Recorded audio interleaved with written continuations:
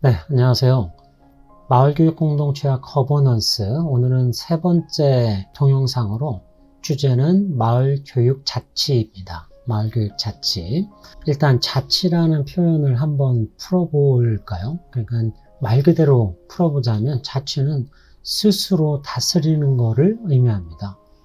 근데 그 스스로가 누구냐 했을 때 그것은 지역이 될 수밖에 없죠. 그래서 예를 들면은 서울시가 스스로, 그리고 서울시 도봉구가 우리의 교육을 스스로 다스리는 것, 혹은 충청남도가, 혹은 충청남도 논산시가 스스로 그들의 교육과 현안을 다루는 것, 이거를 자치라고 표현할 수 있습니다. 마을교육 공동체가 지향하는 바는 그 지역의 삶과 배움이 어우러지면서 아이들이 생태적으로 온전하게 성장하는 것이다. 그러기 위해서 우리의 교육은 우리가 관여하고 열정을 쏟아붓고 결과물에 대한 책임을 지겠다. 이게 결국 마을 교육 자치라고 설명드릴 수가 있습니다. 근데 자치와 거버넌스의 관계를 다시 한번 말씀드려야 될 것 같습니다. 자치를 위해서는 스스로 권한을 가질 수 있어야 되는 거죠. 그거는 분권입니다. 그래서 지금은 분권의 시대예요. 중앙정부에서 지방정부로, 다시 지방정부에서 주민에게 이렇게 분권화되고 있는 시대인 것이죠. 그런데 그건 교육도 마찬가지고요. 그런데 이런 자치에 반해서 거버넌스는 분권이 아니라 협치의 개념입니다. 함께하는 것, 권한을 나누되 함께하는 것. 그 얘기는 자치와 거버넌스는 사실은 떨어질 수 없는 관계인 겁니다. 자치를 위한 분권이 이루어지고 그 자치를 완전하게 실현하기 위해서 협력해야 된다, 협치해야 된다. 그게 바로 거버넌스인 것이죠. 그래서 마을교육 공동체를 위해서는 거버넌스와 자치가 함께 이루어지는 것이고요. 오늘 그래서 마을교육 자치라는 그 개념과 실천에 대해서 같이 얘기를 해볼까 합니다. 거버넌스를 민, 관, 학의 협력이라고 말씀을 드렸는데요. 이거를 달리 표현하면 대한민국은 사실 교육자치와 일반자치가 분리되어 있는 구조잖아요. 협치를 위해서는 혹은 지역사회의 교육 목표를 공히 함께 달성하기 위해서는 서로 협력하고 협치해야 되는데 그거를 교육자치와 일반자치와 그리고 주민자치의 협력이라고 볼 수 있습니다. 이제는 이러한 교육자치, 일반자치의 구분을 넘어서요. 서로 협력해야 되고 그것만으로는 거버넌스라고 할 수가 없거든요. 그래서 주민자치가 함께 이루어지는 것, 이게 거버넌스이자 자치라고 얘기할 수 있습니다. 그런데 이러한 자치의 구조를 크게 세 가지로 구분해 볼 수 있어요. 제 책에서도 설명을 했지만은 그림과 표로도 설명이 될 수 있는데요. 저는 그것을 기초 수준, 생활권에서 읍면동 수준, 그리고 생활권에서 마을, 동네 수준 이렇게 구분하면서 각각의 층위에 자치와 거버넌스의 구조가 있어야 된다라고 말씀을 드릴 수가 있습니다. 먼저 기초 단위인데요. 시, 군, 구 단위를 기초라고 하죠. 그 기초 단위의 협력적 구조, 자치적 구조는 결국 지자체와 교육지원청의 협력, 그리고 주민자치의 참여, 이 3자 구도, 민, 관, 학의 3자 구도가 있었을 때, 그게 공존했을 때 비로소 자치의 구조가 만들어지는 겁니다. 이 3자가 예를 들어 의사결정을 위한 협의체를 만든다든지 아니면 중간 지원 조직을 구축하고서 운영한다든지 이런 것들은 이제 기술적인 문제고요. 가장 중요한 거는 지방자치, 단체, 그리고 교육지원청, 그리고 주민자치가 함께 해야 된다. 다만 현실적인 어떤 과제라고 할까요?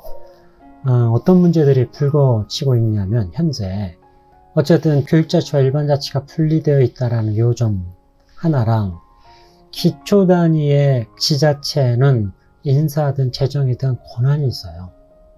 그런데 교육지원청은 그만한 권한을 갖고 있지 못하죠. 그래서 파트너십을 형성하기가 쉽지가 않습니다.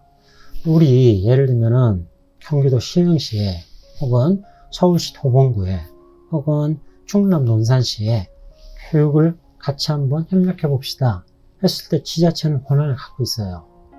그에 대한 자원을 확보하는 것, 그 다음에 인사를 조정하는 것, 권한이 있어요. 근데 교육지원청은 그와 같은 권한이 없는 게 현실이죠.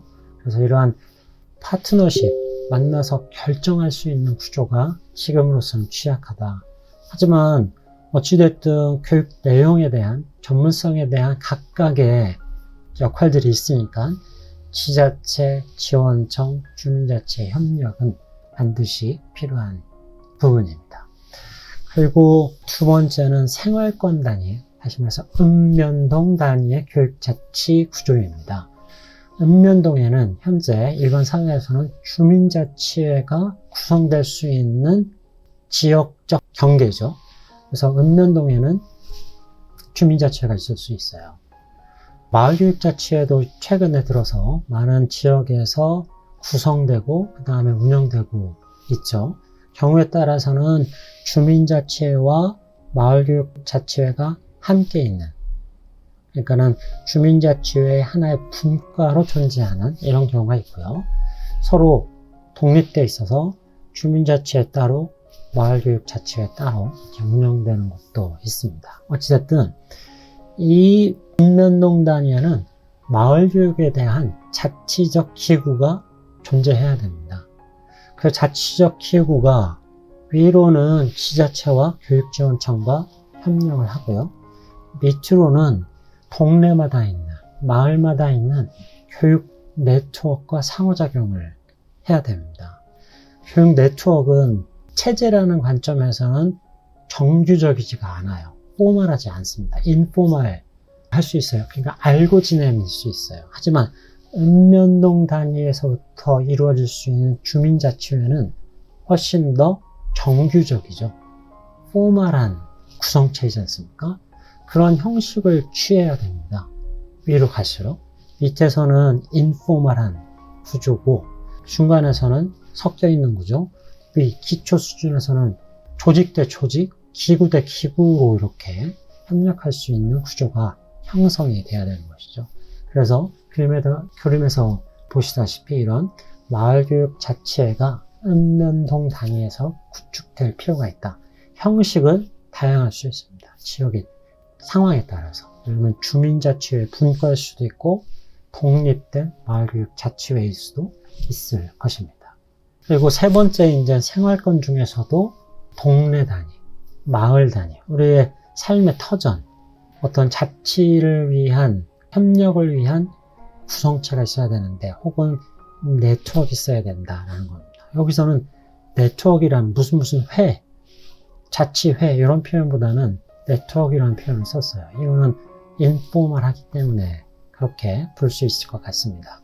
다양한 연대와 그 다음에 연결, 네트워크 구조가 있어야 되는데 이거를 표면적으로 승인하고 운영하는 거는 설사 그 윗단계, 읍면이나 읍면 동단이나 아니면 기초 단위일 수 있지만 그 연결과 네트워크의 내용과 실천은 동네, 우리가 살고 있는 배움이 이루어지는 교육이 운영되는 이런 동네와 마을 수준에서 실현돼야 됩니다.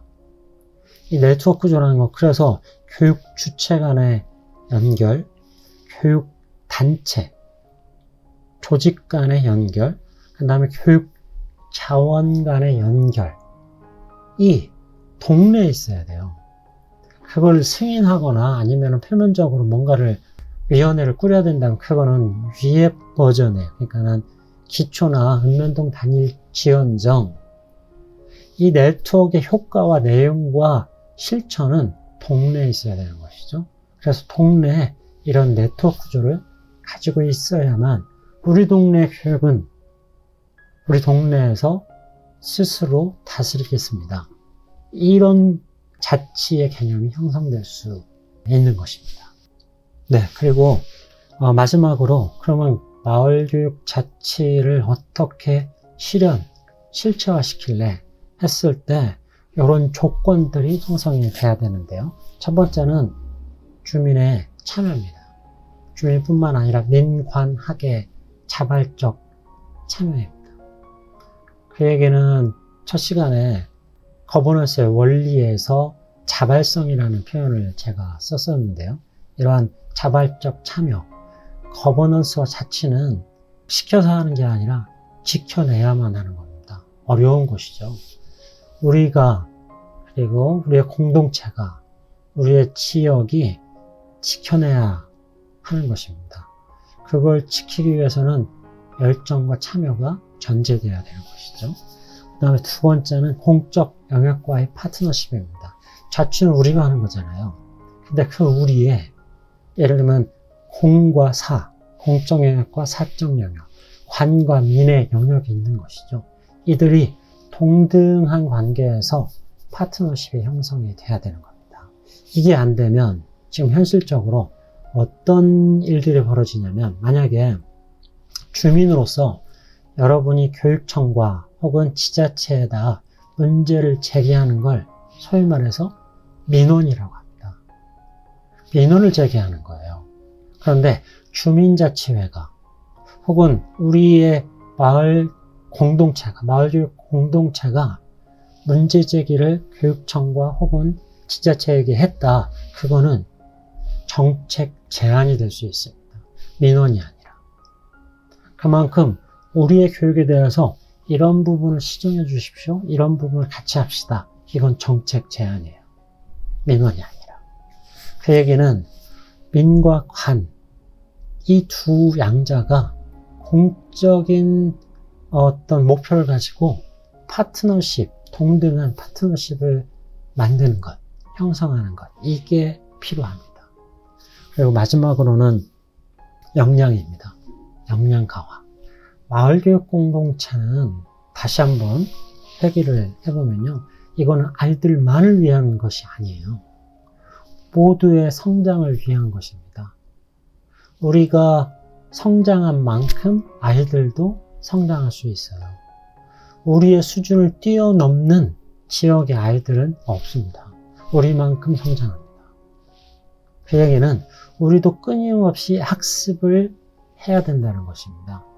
마을교육 공동체를 지속 가능하게 성장시키기 위한 전제, 혹은 우리가 우리의 교육을, 우리의 지역을 스스로 다스릴게 하는 자치의 개념, 이런 자치를 위해서 협치를 하기 위한 동등한 관점에서, 권한에서의 협치구조, 이 모든 것은 학습을 통해서 스스로의 역량을 개발했을 때 가능한 것입니다. 그래서 지금까지 마을교육 공동체와 거버넌스의 관점에서 협치가 왜 필요하냐, 그리고 그 협치한다 함이 지역에서는 어떻게 나타나느냐, 자치의 개념이다. 그리고 그 자치를, 그리고 거버넌스를 지속 가능하게 운영하기 위해서는 주민들의 혹은 지역적 참여와 파트너십과 역량의 강화가 반드시 수반되어야 된다. 이렇게 말씀을 드릴 수가 있을 것 같습니다. 네, 감사합니다.